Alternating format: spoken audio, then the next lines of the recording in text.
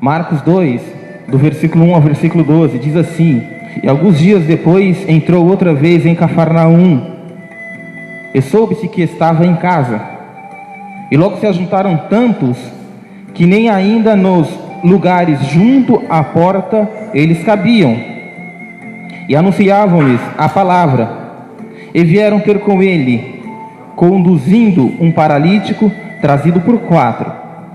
E, não podendo aproximar-se dele, por causa da multidão, descobriram o telhado onde estava e, fazendo um buraco, rebaixaram o leito em que jazia o paralítico. E Jesus, vendo-lhes a fé, disse ao paralítico: Filho, perdoados estão seus pecados. E estavam ali assentados alguns dos escribas que arrazoavam em seu coração, dizendo: Por que diz este assim blasfêmias? Quem pode perdoar pecados, senão Deus? E Jesus, conhecendo logo em seu espírito que assim arrazoavam entre si, lhes disse: Por que arrazoais sobre estas coisas em vosso coração? Qual é mais difícil, dizer a este paralítico: Estão perdoados os teus pecados? Ou dizer-lhe: Levanta-te, toma o teu leito e anda? Ora, para que saibais que o Filho do Homem tem na terra poder para perdoar pecados, disse ao paralítico: A ti te digo, levanta-te, toma o teu leito e vai para a tua casa. E levantou-se, e tomando logo o leito, saiu em presença de todos, de sorte que todos se admiravam e glorificavam a Deus, dizendo: Nunca tal vimos. Amém. Pode se assentar, irmãos queridos. Palavra muito conhecida, mas eu gostaria de meditar com a igreja essa noite o seguinte: se em algum momento na sua vida você esteve sem forças, você esteve paralisado, a sua fé praticamente desaparecida, você estava como morto, não dependia mais de você próprio, estava desanimado, querendo talvez até se matar, querendo largar tudo, voltar para a vida do pecado, para a vida mundana, para fazer coisas que não agradariam o coração de Deus. Saiba de uma coisa: se você está aqui essa noite, é porque alguém te pegou, ou várias pessoas te pegaram, te ergueram e te levaram até Cristo. Como? Através de jejum e de oração. Saiba de uma coisa: os líderes desta igreja, os diáconos dessa igreja, assim como principalmente o pastor e a pastora, tem quase que uma obrigação de orar pela vida de todos os irmãos, todas as ovelhas aqui da igreja. Perceba que certa feita, Cristo estava andando com Pedro, com os discípulos. Ele chama o apóstolo Pedro de lado e diz assim para Pedro: Pedro, o diabo pediu para peneirar você, o diabo pediu para cirandar com você, mas eu orei a Deus para que a sua fé não desfaleça. Se em algum momento você se sentiu fraco, mas de repente o Espírito tocou em você de alguma forma, a sua fé não desfaleceu, e hoje você está aqui na casa de Deus, pode ter certeza, é porque o joelho de alguém, da sua mãe, do seu pai, do seu irmão, dos seus amigos em Cristo, dos seus irmãos em Cristo, do pastor da sua igreja, talvez tenha criado calo para que você estivesse aqui esta noite. Eu me lembro quando o Irã contava que muitas vezes ele chegava da madrugada em casa e a mãe dele estava orando,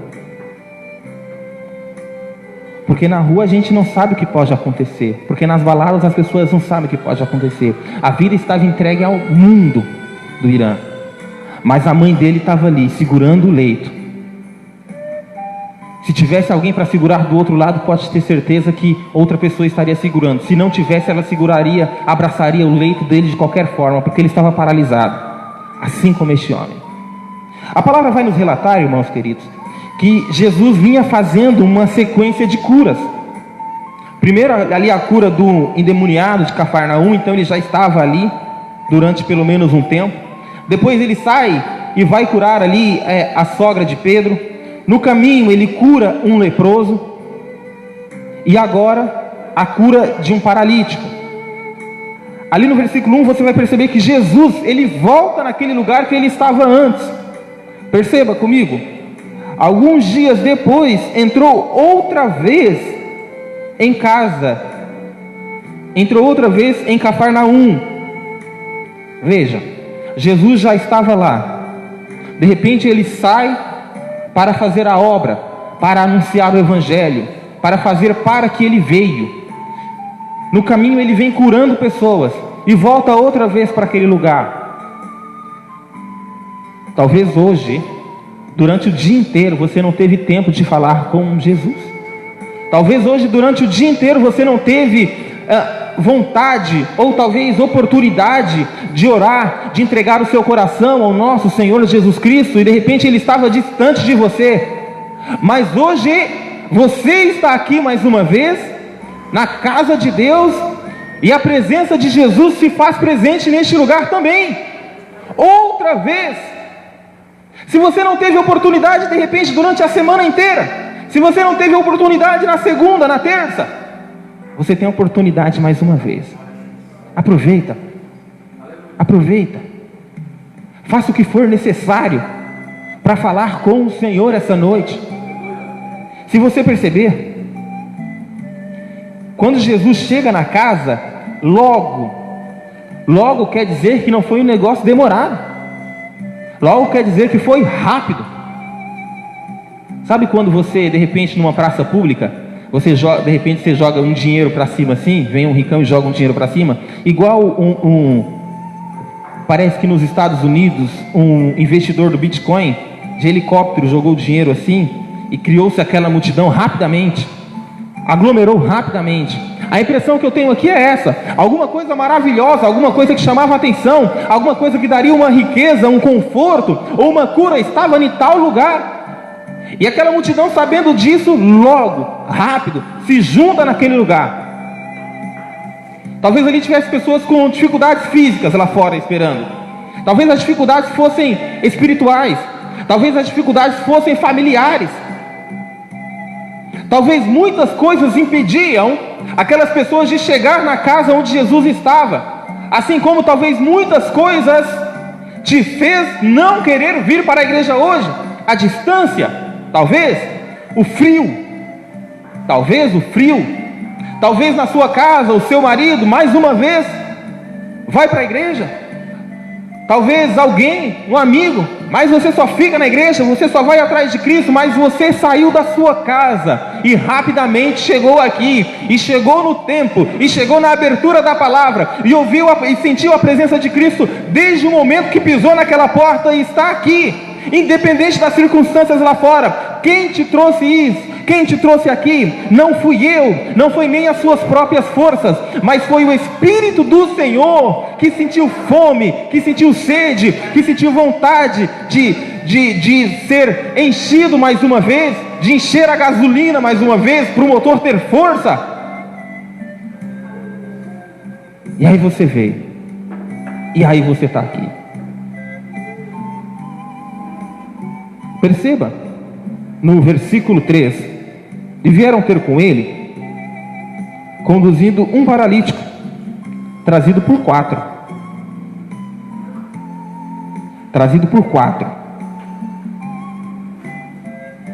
Foi o que eu disse. O paralítico, ele não poderia de maneira nenhuma andar sozinho. Não tinha como o paralítico.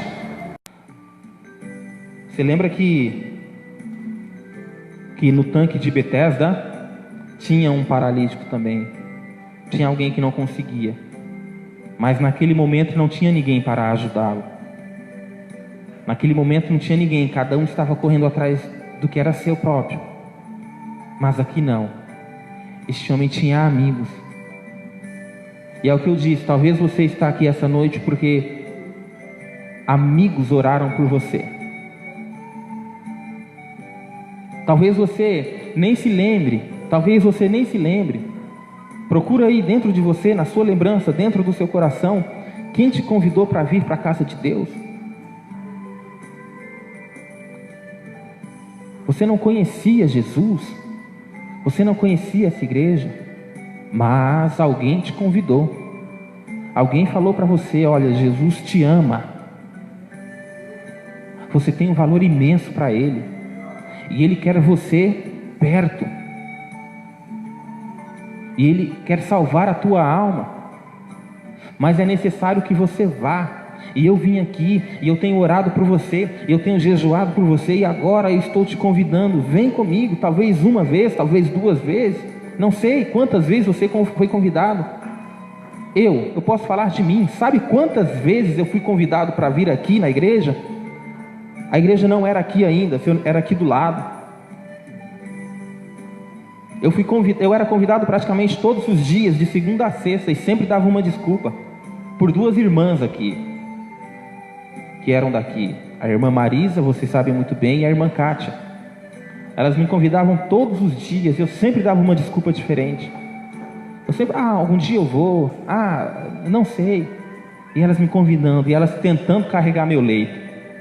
Até que um dia o irmão Irã me convidou, fez uma proposta para mim, e eu vim. Mas eu tenho certeza absoluta que ele não simplesmente me convidou, ele colocou nas mãos do Senhor. Ele teve fé. Eu tenho certeza que ele consagrou pela minha vida. Eu tenho certeza que ele jejuou por mim e falou: Senhor, eu vou convidar aquele meu amigo, e ele vai vir, eu vou carregar o leito dele, eu vou carregar esse peso junto comigo, e ele vai vir. E o resultado está aqui hoje. Ele foi um que estava carregando numa ponta do meu leito. Talvez outras pessoas estivessem carregando numa outra ponta. Mas quem te convidou? Você deveria, de verdade, mandar uma mensagem para quem te convidou e falar: obrigado. Obrigado por me apresentar Jesus. Obrigado por me apresentar àquele que poderia e pode perdoar todos os meus pecados. Obrigado pelo único que pode me curar de qualquer enfermidade. Obrigado por me apresentar o único que pode restaurar a minha vida e a vida da minha família, ao único que pode me salvar e salvar a minha família, porque está escrito: creia no Senhor Jesus e será salvo tu e tua casa. E foi assim comigo. Eu fui apresentado para Cristo, fui carregado, fui trazido de alguma forma até Cristo, e quando eu cheguei até Cristo, eu conheci a Cristo, e fui curado, e fui restaurado, e na minha casa o único que não é batizado, o único que não é servo do Senhor, é um servinho ainda, mas não é batizado, é o Tarso, que tem apenas 2 anos. Creia no Senhor Jesus e será salvo tu e tua casa. Mais que isso, versículo 4: e não podendo aproximar-se dele, por causa da multidão, descobriram o telhado onde estava, e fazendo um buraco, baixaram o leito em que jazia o paralítico. É isso daqui que eu queria falar para vocês. Veja que o paralítico não conseguia ir até Jesus, por si próprio não, mas eles tinham um problema talvez até maior que isso, porque o paralítico não podia ir até Jesus, mas aqueles que estavam carregando o leito também não podiam chegar perto de Jesus, por conta dos obstáculos, por conta daquela multidão que estava em volta. Eles também não podiam se aproximar de Jesus. O que eles fizeram? Eles desistiram? Não, eles acharam uma forma de chegar até Jesus de alguma maneira, não importa qual.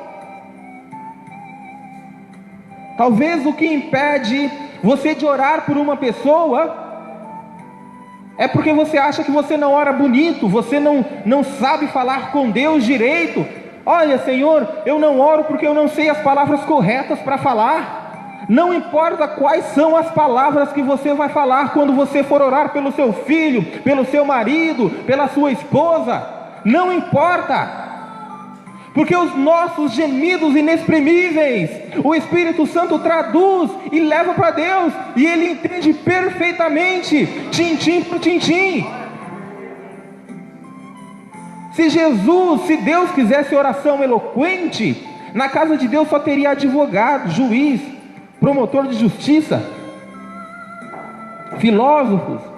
Não, é a minha oração, simples, repetitiva talvez, com muitos erros de português, mas sincera.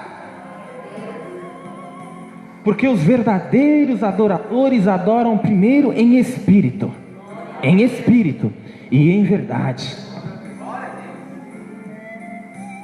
Aqueles homens, eles poderiam ter desistido no meio do caminho. Olha, não tem como levá-lo até Jesus.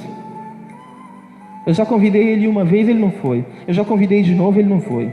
Eu já falei, eu já tentei levar.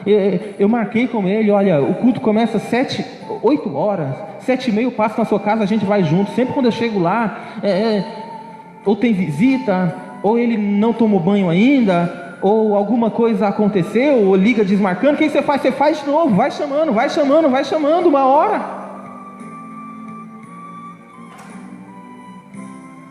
Mas mais que isso, talvez aquela multidão que estava em volta, e a palavra vai falar que até na porta não cabia mais ninguém, de tanta gente que estava naquele lugar.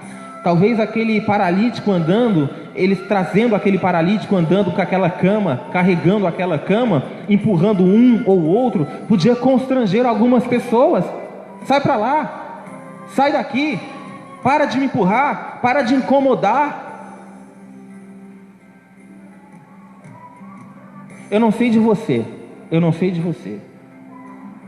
mas de mim eu posso falar.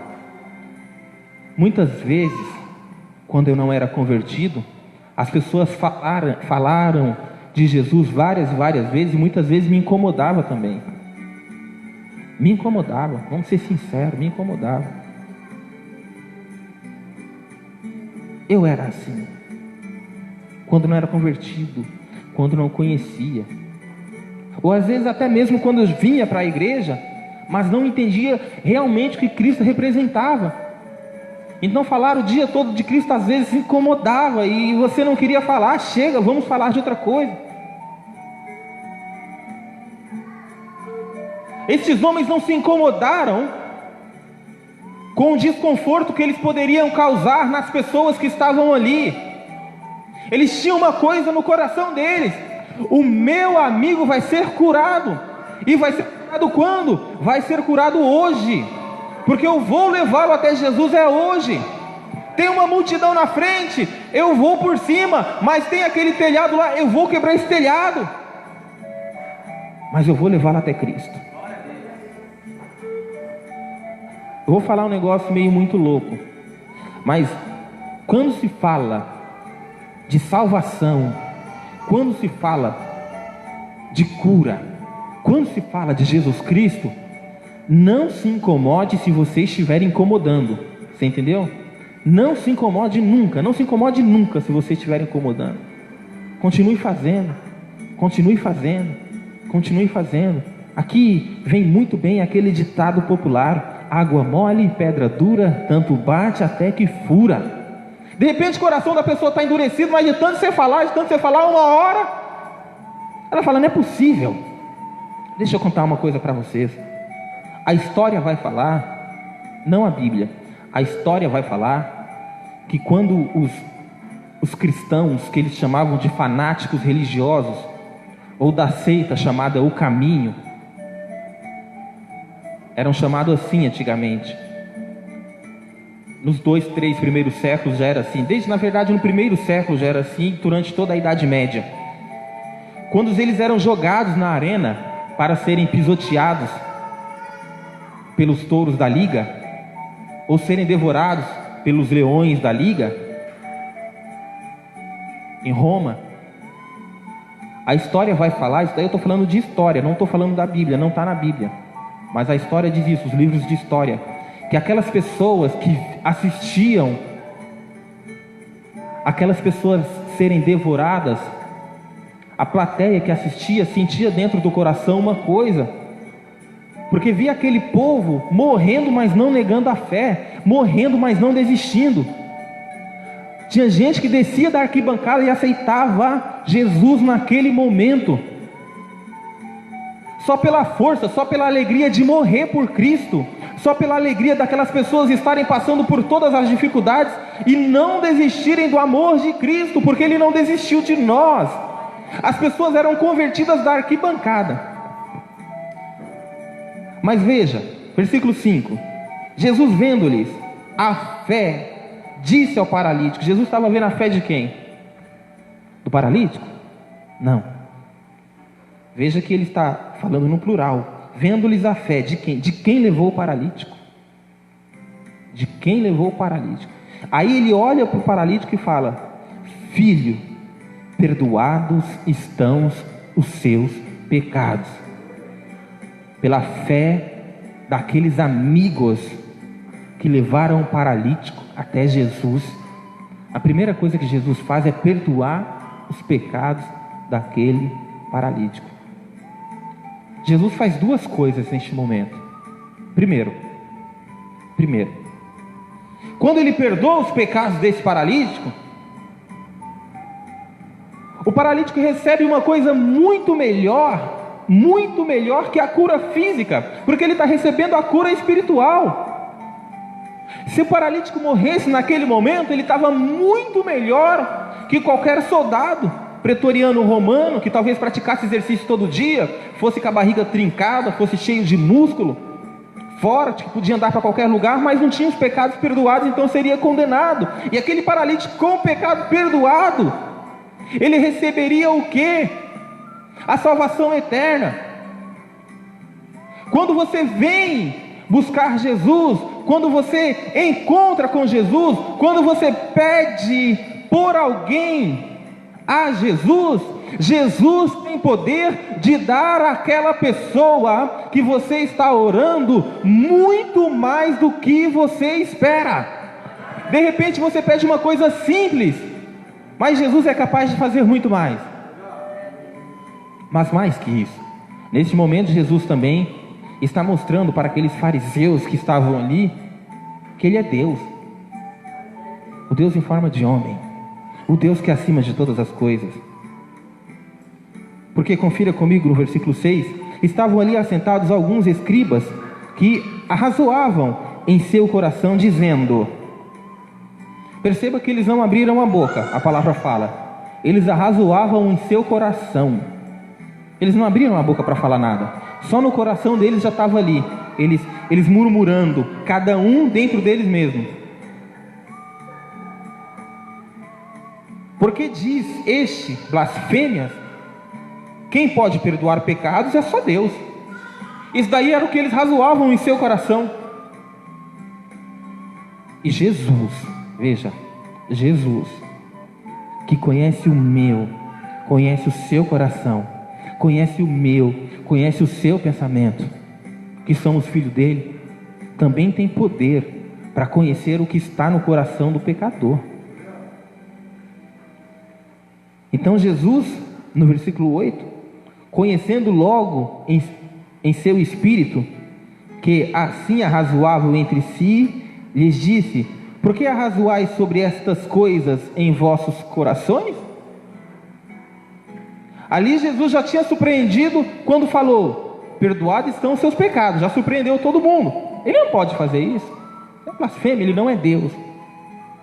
Na sequência ele surpreende de novo, porque ele fala bem assim, por que no coração de vocês aí, vocês estão pensando essas coisas? Eu acho que de repente deu um baque neles. Como que ele sabe? Ele está lendo minha mente, ele está lendo meu coração. Então Jesus vai fazer uma pergunta recíproca, que de fato não teve resposta. Veja, qual é mais fácil? Dizer ao paralítico: estão perdoados os seus pecados? Ou dizer-lhe: levanta-te e toma o teu leito e anda? A pergunta que Jesus fez foi o seguinte: veja, o que é mais fácil? Falar que os seus pecados estão perdoados? Ou falar para ele levantar e sair e andar? E de repente ele sai e anda. O que é mais fácil? O que Jesus está falando? Falar até papagaio fala. Qualquer um de vocês aqui pode falar que o pecado dele está perdoado. Se está perdoado ou não, isso depende de Deus, porque Deus tem o poder de perdoar os pecados. Jesus estava se preparando aqueles homens para mostrar que ele realmente era Deus, porque quando ele fala, o que é mais fácil? Falar para ele: estão perdoados os seus pecados, ou levanta-te e anda? No coração daqueles homens já está, claro, falar que o pecado dele está perdoado, até eu falo. Qualquer um pode falar, basta saber falar. Então Jesus vai falar uma coisa que inicialmente vai deixar aqueles homens um pouco mais espantados ainda. Quando ele se diz o Filho do Homem, que era um jeito que eles chamavam o Messias, o Filho do Homem. Confira: ora, para que saibais que o Filho do Homem tem na terra poder para perdoar pecados, disse ao paralítico: a ti te digo, levanta-te, toma o teu leito e vai para a tua casa. Jesus está falando o seguinte: olha, eu vou provar agora, eu vou provar para vocês, eu vou provar que eu sou o Deus aqui no meio de vocês. Eu vou provar agora. Alguém deve estar perguntando: mas ele já não havia curado? Ele já não havia curado um monte de gente? Ele já não havia curado a sogra de Pedro? Né? Ele já não tinha curado, não tinha expulsado o demônio de um endemoniado? Ele não tinha curado um leproso? Ele já não tinha feito curas sequenciais? Mas todas aquelas curas, irmãos, que ele tinha feito antes, esses escribas não estavam presenciando.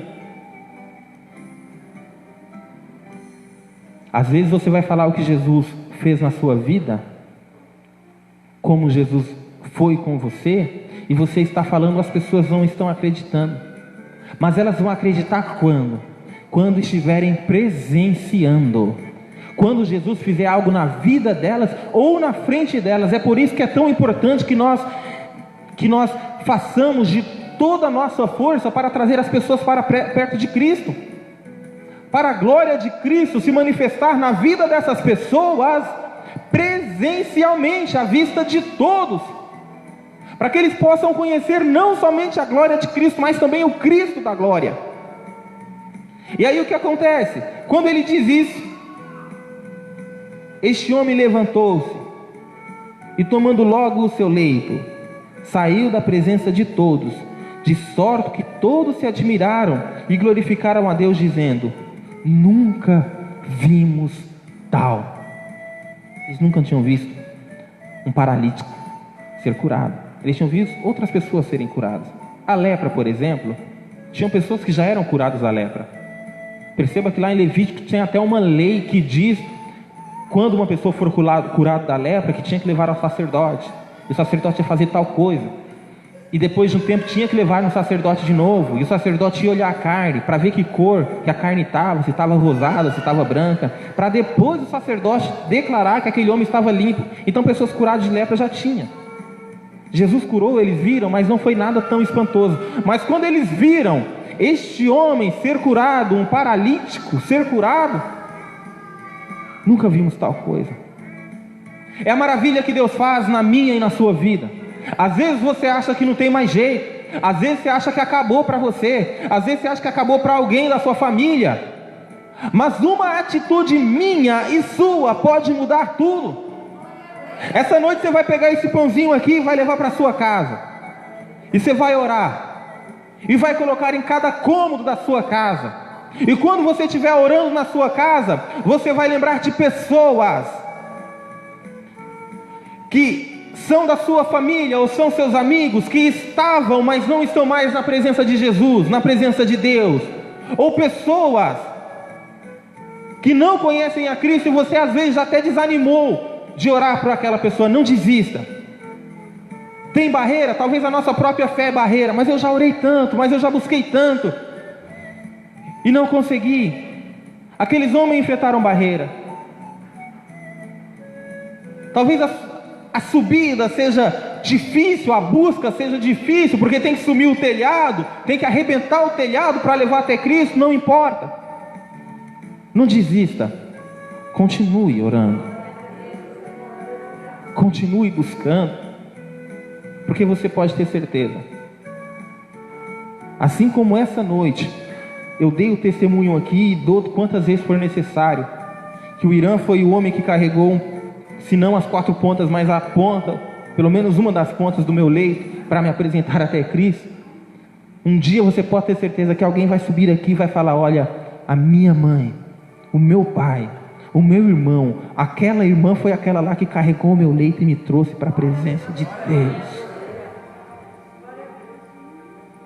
E agora eu não estou só curado da doença que eu tinha, agora eu estou salvo. Glória a Deus. Que as palmas louvem ao Senhor essa noite, em nome de Jesus.